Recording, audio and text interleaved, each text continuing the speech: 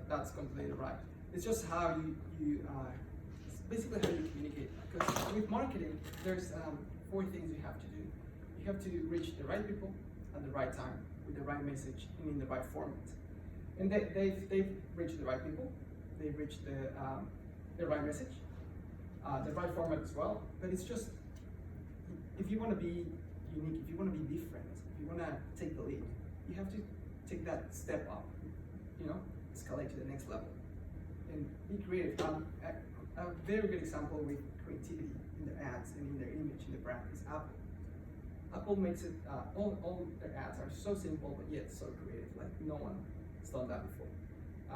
If you go to Apple stores, you know you're in an Apple store. It doesn't look like any other electronic store. It's their own.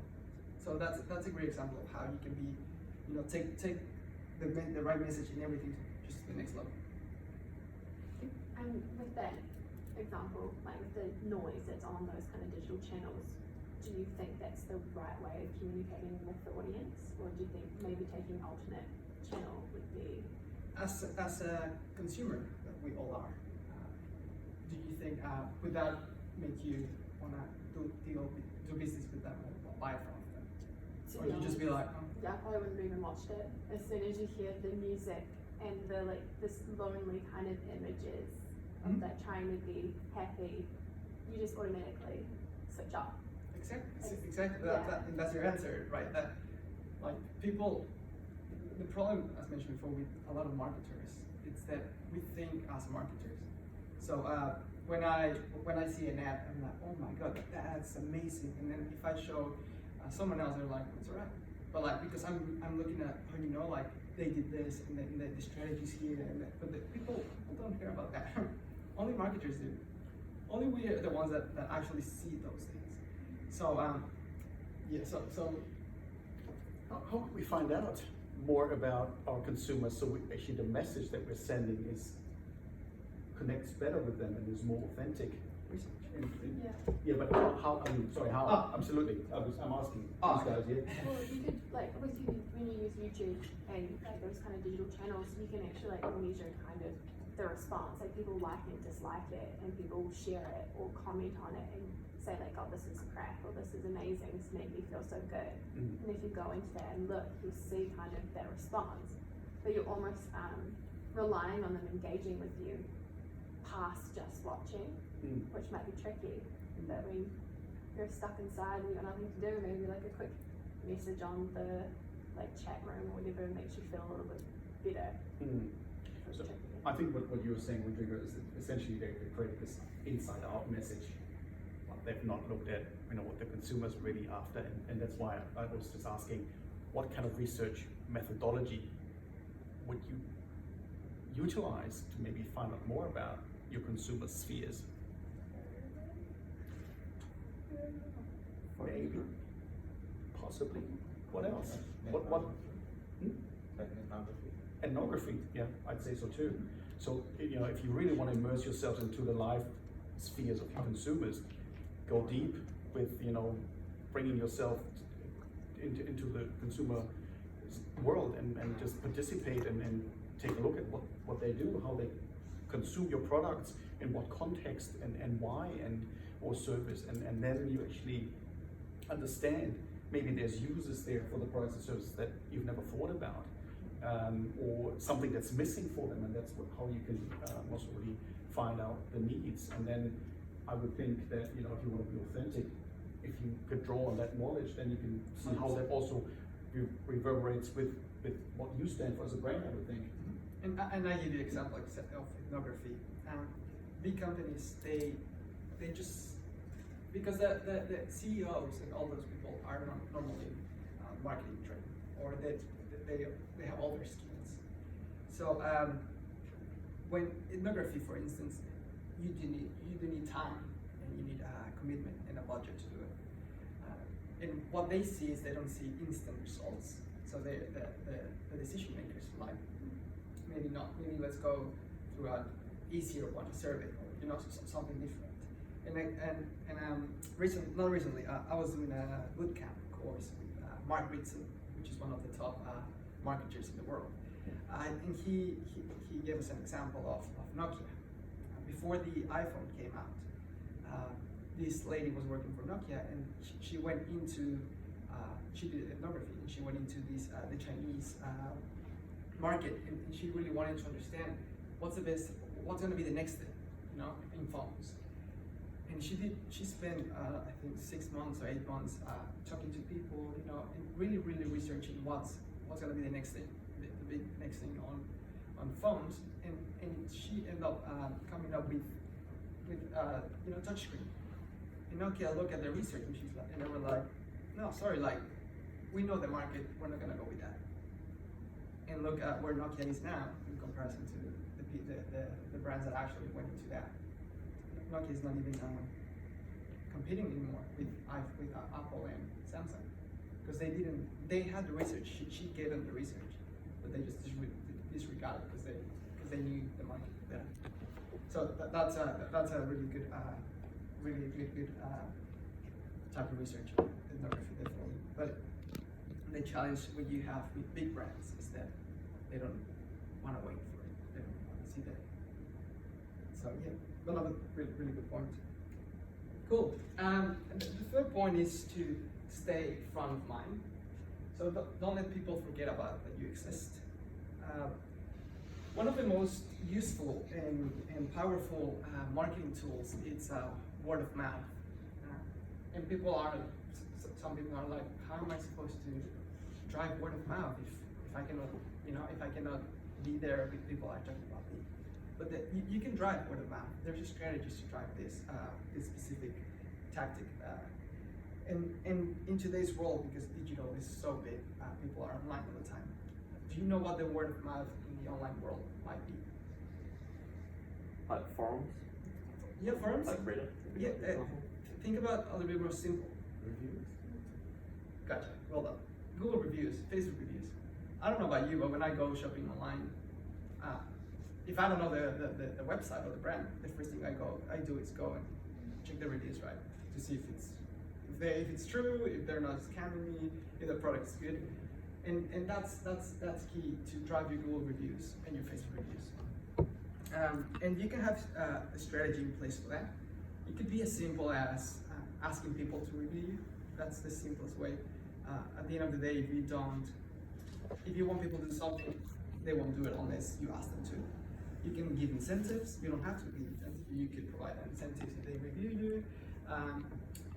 And the funny thing about Google reviews and all the reviews online is that when people are unhappy, they will make sure they're gonna give you a review. But when they're happy and actually really love your product, if you don't ask them, no everyone will do it. So the key point here is to drive a review strategy, online and offline, with word of mouth as well. Because businesses always focus on who is the next client, the potential clients. They're always focusing on who's coming, and they forget who's been with them. So always treat your past customers the same as you would treat new customers, because these groups are the ones that are gonna drive that strategy for you. And and how do you do that? Just communicate. Literally, there's so many tools out there. Just simple email to past customers. Just, hey, I'm here still. If your friends need me, if it's a service, or hey, come back, we miss you. Easy as that.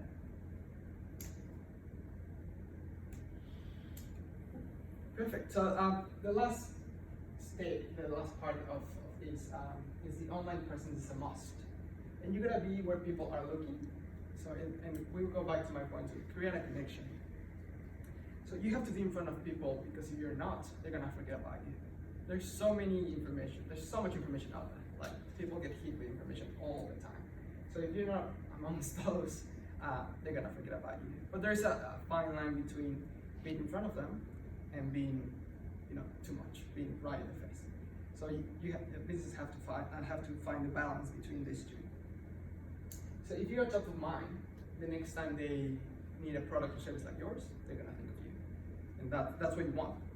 You wanna be in their subconscious. You wanna be there, even if it's shoes. Oh, I'm gonna go Nike, for example. So, and how do you do this? You update social media constantly. You comment, like, repost. You know, start having a conversation with them. And a big thing with social media is and with websites and with everything, it's content. Content is the lifeblood of marketing. So if you need quality content, and coming up with quality content is a challenge everyone faces. So this is where you have to upskill and try to always listen to what the customers needs and how you can turn those needs into action for you. And yeah, and that brings me to my next point: is talk to the needs. Talk about how you can solve the problems rather than tell them how good you think you are or your product is. It's always focused on them. And well, we get a lot of this question. We get a lot from businesses. They're like, "Oh my God, there's so many social media sites out there. Do I need to be in all of them?" And what we tell them is, no, you don't need to be in all of them. Do your research, find out where your target customer is, and you have to be in that one. So don't if my target customer won't be on LinkedIn, you don't have to be on LinkedIn. There's no point. You just be on the ones that, with research, you will find out where they're looking. So you have to be in those ones. And as mentioned before, just share useful information, share value, something valuable to them. Of course, not every single post is going to be valuable to them because that's not how it works. Some of the posts are more to create brand awareness or more to just continue the conversation. But really, really, really try to give value to them on what you offer and what you say. It could be advice, it could be promotion, it could be there's a lot of things you can talk about. And utilize online tools. During this pandemic, Facebook and Instagram released tools to help small businesses. I don't know if you saw on Instagram the stickers of support small businesses. So people were encouraged to support, to tag a small business and support it on their stories. Also, the community did that themselves. Are you guys aware of the group New Zealand Made Products? I think it's changed the name to Choice or something like that. Yeah, so that's a clear example of how community on Facebook works. I don't know, I think there's over 600,000 people part of the group, and businesses have been doing really well. Small businesses especially, they don't have that big money to advertise elsewhere. They took that opportunity. So definitely, there's a lot of tools out there. Use them. And just heads up, Facebook is releasing a new e-commerce site that it's gonna live on Facebook. So you won't have to leave Facebook to buy stuff now. So businesses will be able to create their full e-commerce site within Facebook. And all the purchasing, everything, the payments gonna be there. Same as Instagram. It's gonna, they're testing it right now in States and other parts. So it's gonna be released soon to the public, to everyone. So keep an eye on that, and definitely that will be a thing to upskill. And my last point is traditional versus digital marketing. And this is in marketing. I don't know if you see, but in marketing, there's always something's always dying. TV's dying, radio's dying, billboards are dying, newspapers are dying, magazines are dying. There's always something dying. And the truth is, this old school marketing is not dying. I have clients that they thrive through radio ads, like billboard ads. They still use it every single time. And what people think nowadays is just, I just have to use social media. No, that's where integrating your campaigns comes from. Social media and radio and billboard. So definitely, and none of these are dying. So definitely learn how they work, how can you utilize them. Because I've seen a lot of marketers be like, oh yeah, I'm a digital marketer. Why would you just say you're digital? Be a complete marketer. You have your skills on digital marketing, but also on old school marketing or traditional marketing. And the key thing that people forget about is that all of it is marketing, and people should stop focusing on the channels of marketing and start focusing on the message that you send through those channels. Because the discussion is not whether I'm going to use Facebook or radio. The discussion is what I'm going to tell the customers through those channels. So the channels is just a means to get the message out. But the important thing is the message itself, right? Because if it's a crap message, then you're wasting your money, your time, and it's not gonna work. Because as mentioned before, to the right people, right message, the right time, the right format. Those are the key things in marketing. And just don't narrow your opportunities by calling yourself a digital marketer. Just be a marketer. You can do all of it.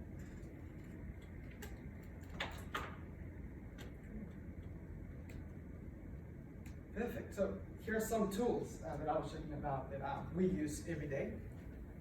Not everyone will be using these ones, but these are the ones my agency uses every day. The first one is Canva. Have you guys heard of Canva before? Used it before? Cool. So that's definitely I do use that every day to make the photos better, to format the right dimensions for social media. I actually create this presentation on Canva, so it's really it has a lot of things you can do. You can do flyers, you can do business cards, you can do a lot of things on Canva, and it's free, which is the great part. There is a premium version, but to be honest, I don't really use it. So definitely, if you don't know how to use it, definitely upskill on that one. It's gonna help. It's gonna be your best friend. Unless you're really good with graphic design, then you might use more professional tools. But if you're not, like that. MailChimp is a marketing automation platform and email marketing service.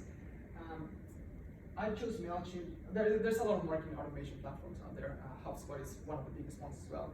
But I chose MailChimp because that's what our clients, most of our clients know how to use and they're using. It is quite useful for small businesses. If you wanted to go, big brands probably are using a more powerful tool like HubSpot, but that comes with a price as well. And MailChimp is free for the first 2,000 contacts, and a lot of small businesses are within those ranges, so they don't have to pay. So definitely, if you never used it before, definitely go and play around with it because it is quite easy to use, but it is a skill that you might want to develop. So that's what businesses will be looking for in employees. Then Google, and I'm not talking about just how to search in Google because that's not that. But Google has different tools that you really need to get your head around. The first one is Google My Business. You guys know what Google My Business is. So when you Google literally business, it's like a little card on the side that says all the information, directions, opening hours, all that. That's a tool that every business should have. It's free to list your business, and now Google is actually driving, so you can update constantly, like social media sites, like Facebook. You can create posts, you can upload videos, and that's what Facebook is Google is really driving. So learn how to use it and how to optimize a Google My Business listing. And within Google My Business, Google Reviews lives there. They live there. So as mentioned before, drive a strategy to have Google Reviews in place. And the last one on the list is Google Analytics. And the Google Analytics is it's a tool that will tell you all the key things that are happening on your website. So it tells you how many people are visiting your website every day or every month, how many people stay on your website, how long they stay on your website, if there's a bounce rate, how big the bounce rate is. It really gives you an insight into your website. And based on that, you can start driving marketing strategy. So how can we decrease the bounce rate? What do we have to do in our website so people stay longer, so people navigate through it? So definitely Google Analytics, it's a very important one to know how it works. And then for social media, I just put the biggest ones, but it doesn't have to be those ones. There's lots of social media sites that you can you need to know how to use. But the first thing is Facebook Business Manager. Have you guys used Facebook Business Manager before? Cool. So Facebook Business Manager is a free tool that Facebook gives to businesses, the ones that have pages, to drive content, to drive advertising, to drive events. And it's really, really powerful tool. It is a bit tricky at the beginning to know where everything is and how it works, but once you get your head around it, it is really powerful. You will be impressed with how specific you can target like an ad on Facebook with Facebook Business Manager. like you usually can go really, really deep if you wanna be in front of specific target audience. And that comes with Facebook Pixel. Have you ever heard of Facebook Pixel before? No? But have you experienced it? I'm sure of it. So imagine this, you are looking for a pair of shoes online, you go to this website, you like them, but you're not gonna buy them, not yet. And then you go back to Facebook and then ads start appearing of those shoes. You experienced that before? Yeah, well, it's not because they're listening to you or it's because of Facebook Pixel. So what businesses do is they get a code from Facebook, they upload it to the website, and what Facebook Pixel does is tracks your movement on their website. So that's how they know you were looking at those shoes. And Facebook doesn't give the businesses your information. It doesn't tell you, it just tells you how you were moving their website, and they can target you with ads. So definitely Facebook Pixel is a really, really powerful tool. I had a client that he's like, oh no, I think that's not right. I don't wanna have Facebook Pixel on my website. And I was like, it's not breaking any laws and it's gonna help you. No, I don't want it. Okay, that's your choice, but definitely, you can target people that have been on your website. You can target audiences that look like, have the same characteristics as those people. So it's a really powerful tool. Definitely learn how to use it. And then the last one is Facebook Shop. It's not out there yet, but it's just a reminder of when it comes out. Definitely get your hand around that one. And then we have Hootsuite. Hootsuite is a social media management platform. I don't know if you guys have used it before, or seen it before. So basically you can integrate all your social medias and you can create posts from them. You can schedule posts in advance, you can create drafts, you can just post them. I used to use Hootsuite a lot because Instagram didn't let you schedule posts before, but now it does on the Facebook Business Manager, because Facebook bought Instagram. So you can now schedule posts for Instagram. And I'm talking about business posts, not personal posts. I'm sure you can do personal posts as well on Hootsuite. But yeah, so it's free, I think it's free. It might have a trial period and then charge you, but it is really useful for instance, LinkedIn. LinkedIn doesn't let you schedule posts in advance. So if you had a client that you wanted to post on the LinkedIn page and you wanted to do on a Monday the whole week, Hootsuite will be the answer for that. Zoom, I don't have to explain that one, as I'm sure you're using it every day now. NPS survey. NPS survey, it's a really simple survey that measures customer experience and predicts business growth for businesses. So what it does is you send this survey to your customers, and it's very simple. How do you rate our customer service 1 to 10? And at the end of the survey, it gives you a number and it tells you how your customer service is, how good or bad. And based on that, you can of course improve because people give you feedback, or what's the next step to go to that. So that's a really important one, and a lot of businesses use it. It's very simple, very straightforward, but it is good to know how it works. How many of your clients use it? The NPS survey, I would say 60% of my clients use it. The other ones don't, because they just have too many things going on. Okay. Yeah. So we've talked about this, the NPS, and like you said, it's very simple. It's just really one question: whether you recommend the business and the product or service to friends and colleagues. So really important scale. It's very simple. You have the promoters and the detractors and exactly. So, but we also, and I'm fully aware of it. That's why I'm asking how many, what's the percentage of clients using this, because the tool, as simple as it is, and it's sort of why it's so widely used, also has its issues, because we're just using one question. We're assuming that this one question tells us all, and we have, criticism is that it doesn't capture this. And but what some of my clients do is, besides that question, they do have a second question that it's an open question, so people can actually provide extra feedback, and people do.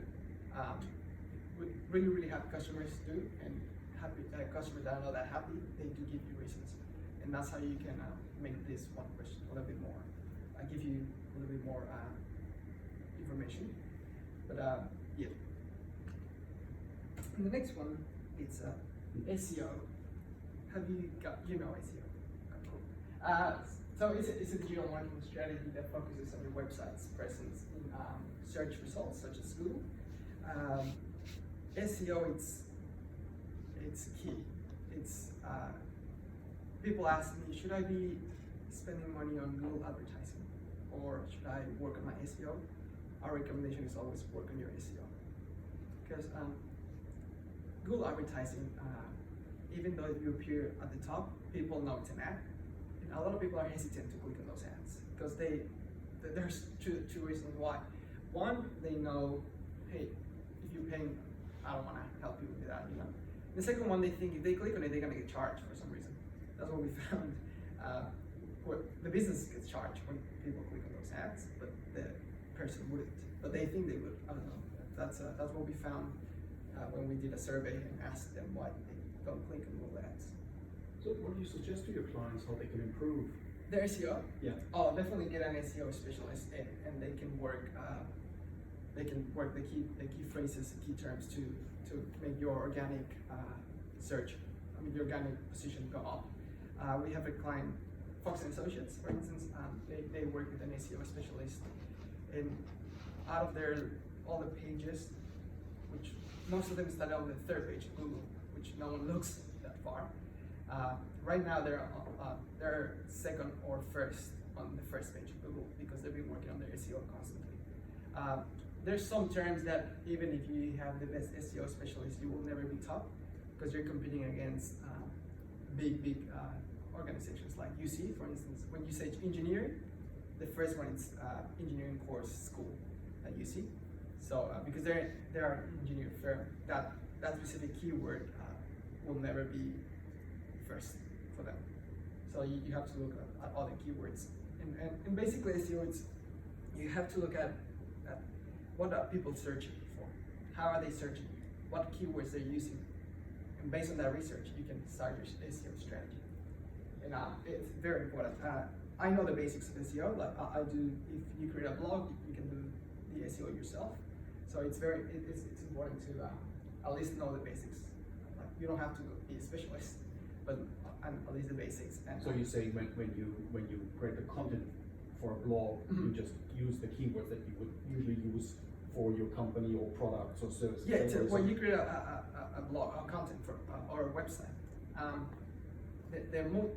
for the pages itself, I would recommend an SEO specialist. But for blog content, you can do it yourself, and you just have to know how it works. And a lot of websites like WordPress, for instance, the platforms, they help you.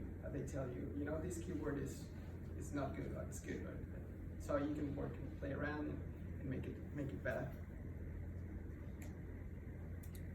Perfect. Sorry, man. Marketing during COVID-19. The first point is that businesses without strategy are suffering. Let's take tourism businesses for example.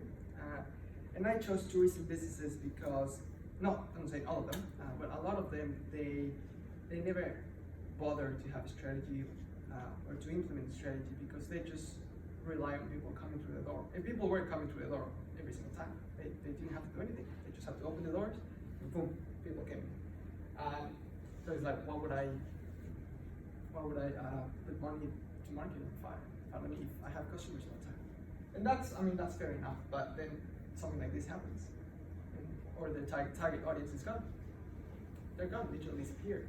And they're struggling right now because they never bothered to have a strategy in place. And that's a big mistake. I know a couple of tourism businesses that they did bother to have a marketing strategy in place. And of course they got hit because the biggest ones were the international tourists, but they're surviving and they're thriving in that area. So it's definitely important. It showed COVID-19 how businesses without strategy are the ones that are suffering the most. And then strong strategy helps you survive any situation. The second part is that support goes a long way, and use the power of community. as I mentioned before, the key example is the Facebook group as a community. The New Zealand made products. Even though it was not a business creating the group, it was another person, but it shows how the community actually, the power of your community. Supporting local businesses is important. What we saw in marketing when the first lockdown happened, a lot of people started promoting other businesses because they wanted to help. That's the way they could help. Share information about them, doing social media posts about them, and that really shows how important it is to support your community. And it also gives the business the opportunity to do something good for the community. It doesn't have to be money-wise, like it could be just sharing someone else's business, for instance. And that's how you invest in the community. That also works as CSR of the business itself. So it's like a win-win situation. And the last thing, it's walk the talk. People can see through if you're not truthful. When I say walk the talk, is you gotta do what you preach. That's the bottom line. And this, I'm gonna give you an example just now. This example didn't happen. I mean, it did happen during COVID-19, but it was related to the movement Black Lives Matters, as you all are aware. And we're gonna talk about Nike and Adidas and Apple. So this is what, when the movement started in America, this is what Nike posted on Twitter. Let's all be part of the change. Hashtag until we all win. And then Adidas retweeted that tweet, saying together is how we move forward, together is how we make change. And that's beautiful, that's perfect. That probably two of the biggest brands out there are supporting. But then, you look into the Nike's and Adidas executive team, the ones that are driving the business, and none of them are black. They don't have a single black person there. And how can you be preaching to, you want to be the change that support this, if you're not doing it yourself at your business? So, I mean, I'm sure they didn't do it with they didn't want to support, but if you're gonna support, actually make a change, do something, don't just tweet about it. And the same with Apple. Oh, I don't know if you can read that, but it's they want to support Black voices that define music, creativity, and culture. So they're gonna they have a playlist of Black artists to promote them. But then again, all their executive team are, in this case, white. And there's nothing wrong with that, but if you're not gonna, if you're gonna talk, make sure you're following what you say. So that's walk the talk, definitely. And then there's a lot of examples like that. Another one was Starbucks. In the UK, Starbucks was, they had a campaign to support the community. But then a couple of months after, if people found out that they were cutting taxes and they were paying almost nothing in taxes. It was not illegal, but how are you supporting the community if you're not paying your taxes? For a $1 billion company, they were paying like 1% or something so little. They were like, if you're gonna be supporting the community, actually do it. Like actually take action, not just say you're going to. And as you can see, we had a photo shoot, and that's how all the photos came from. But and I'm just gonna talk to you about agency life at Puritan, just a little bit about what it's like to work for an agency. The first one is to be on your toes. You always gotta keep learning. I'm always receiving emails from the latest social media news, the latest marketing news. I'm trying to keep up to date to whatever is happening out there. And as mentioned before, we just took a course, a boot camp with Mark Ritson. And if you Google Mark Ritson, he's one of the top marketers in the world. He's a really good guy and really knowledgeable. And we took this 13-week boot camp with him just to upskill and to keep up to date with the latest marketing. The second point is as an agency, you work with different industries, so you don't know what business is gonna come next. So the beautiful thing about this is you get to experience and learn about different industries and about different businesses, but you gotta learn fast. You gotta like really learn fast how it works. And the last thing is it's a really hands-on experience. It is fun. It is fun to work for an agency because you're not just only working on one.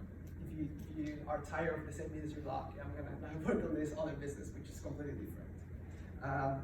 It is a fast-paced work environment, but you get to learn a lot by doing.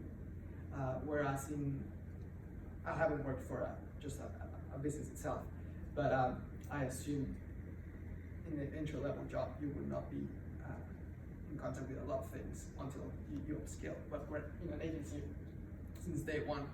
I was like, do this, do that, and I had to, okay, I had to, upskill real quick. So it is fun, definitely. Cool, and key learnings. Strategy is king. Marketing with strong strategy equals success. Utilize available tools. Learn how to use the different tools available out there. And last but not least, listen to your customers. Be in front of the right people at the right time, with the right message in the right format. Cool. I'm tired of talking now.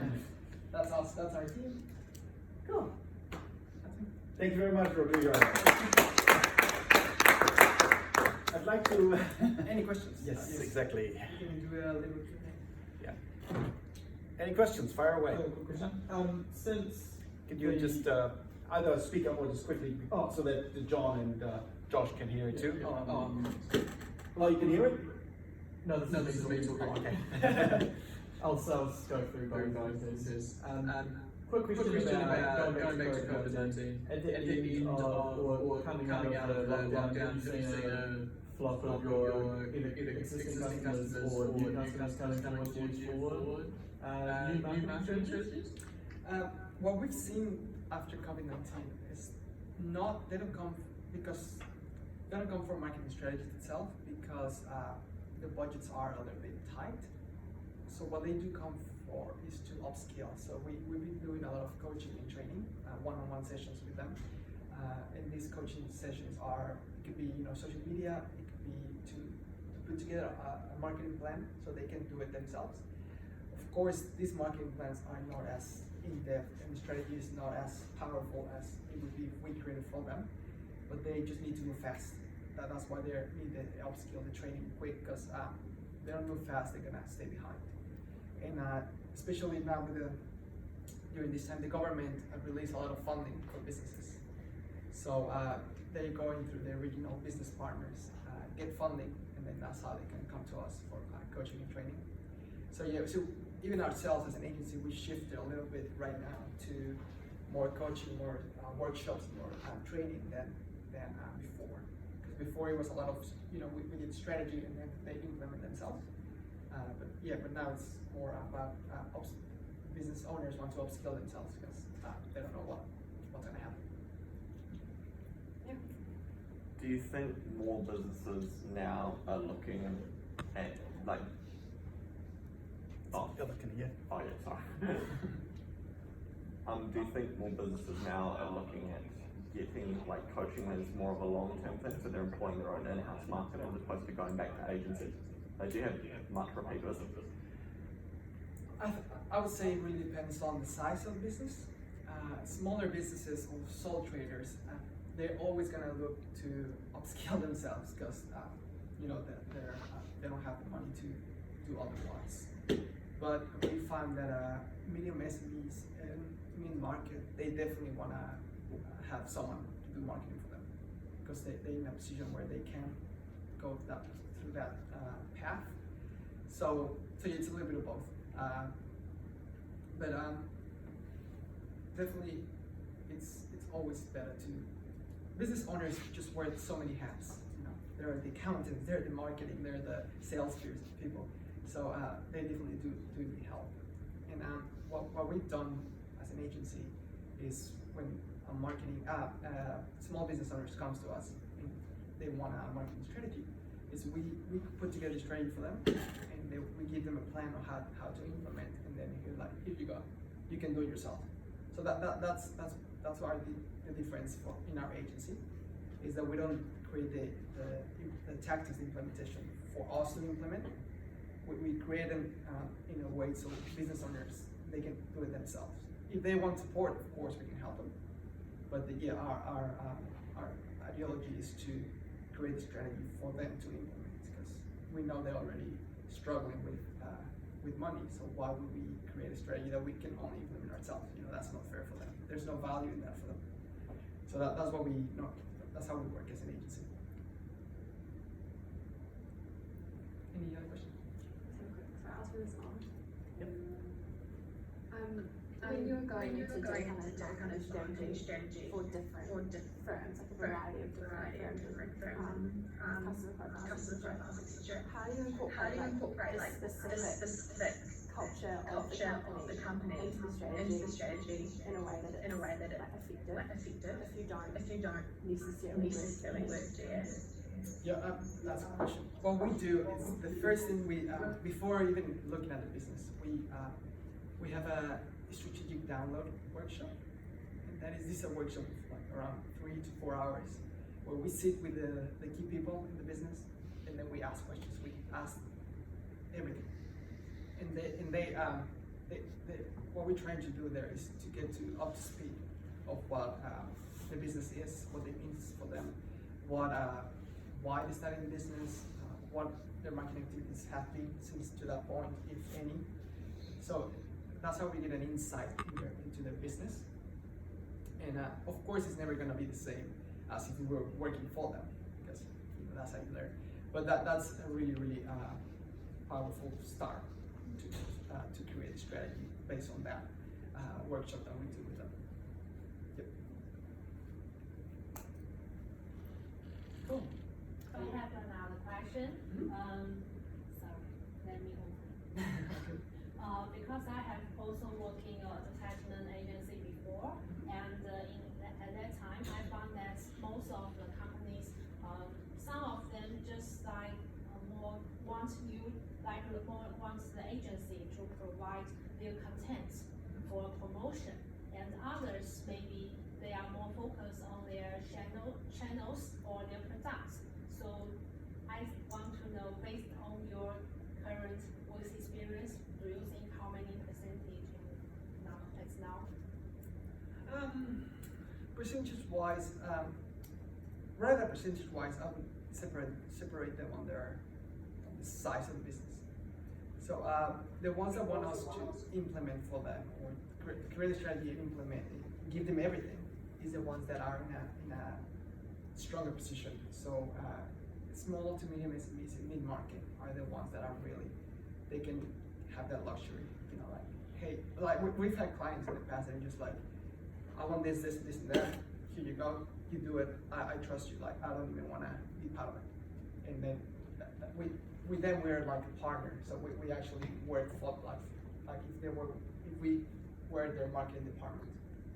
But with the other ones, the ones that cannot have that luxury because of whatever reason, those are the ones that are, hey, I need to upskill, and of course I want your help, I want you to create this for me, but I want to do it myself. So it really depends on the size of the business, because it really depends on the budget as well, on what they think they can afford.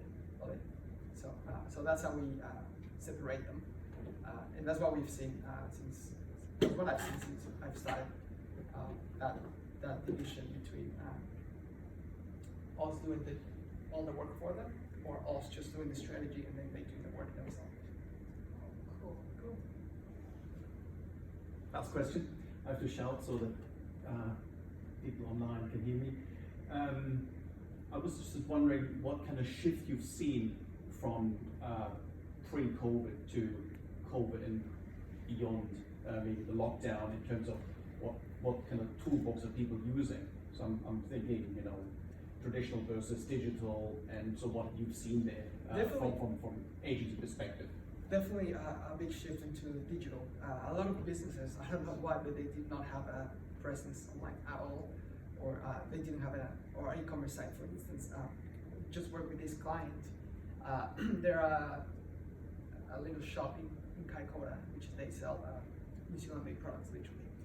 but they didn't have an online presence, or they didn't have a e-commerce site. So they just relied on tourists coming in, and they were quite successful because they were right in the city center of Kaikoura, even though it's quite small, but you know, they were right there. Lockdown happened, and they were like, what do we do now? We cannot sell, like no one can come in, I cannot go out, what am I going to do? So what we did is we helped them develop an e-commerce site real quick, and then we started their social media presence. Right now they're doing so well. Like they themselves, they really put in the work. We gave them the tools, but they really put in the work. And right now their business is half, as in like half online, half in store. They're driving both really well now. So definitely the shift has been to the online space. But the key thing here is to not confuse that. Just you only need to be online. You need to do all the things as well. But given because lockdown, couldn't go out. So radio, billboards, all of that have stopped because no one will see them. If no one was driving, no one was getting out. The radio continued really well because people still hear, listen to the radio. But what MediaWorks and all those businesses that have those billboards did was they wanted to help the community as well. So when we got out of lockdown, they gave spaces to a lot of businesses to help them be on track. But definitely they should be into the online space, and not just social media, e-commerce, all of that stuff. My second question is, how well do you see? I think you said last question. Yeah, I know. I split it. Okay. How well do you see, because you talked about the silos in the campaigns, so how well do you see that companies have integrated their channels, so omni-channel, marketing? How well do you, and what kind of portion or what part do you take in maybe improving their kind of channel mix, but also you were talking about the message, which is important, and then you think about the channels. So how much do you do? What do you see? Yeah. Before they start working with us, they don't do omni-channel. They just focus on one. And they're like, I've been doing radio for the past 5 years and I don't see the results. Like, okay, so like, why do you not look into this, into that? So we have one client that it's my client. He used to only do radio, but now we've been driving social media and radio with the same message, only different, different distribution of the message. And he's a builder, and he does text as well, text rates. And his inquiries in social media have increased by, I don't even know, like either I think 80% or 90% because people are looking there, but he wasn't doing it. And he now is doing radio, social media, and billboards. So and he's seeing the return on investment has increased a lot. So it's definitely that they are thinking about connecting the strategy, because doing it in silos doesn't mean it's not going to bring any results, but the results that you're going to see are not going to be anywhere as good as you would with other if you diversify your channels. Yeah. Very good. Thank you. Oh, another. Thank you very much, Rodrigo. Much appreciated. A little token of appreciation as an anonymous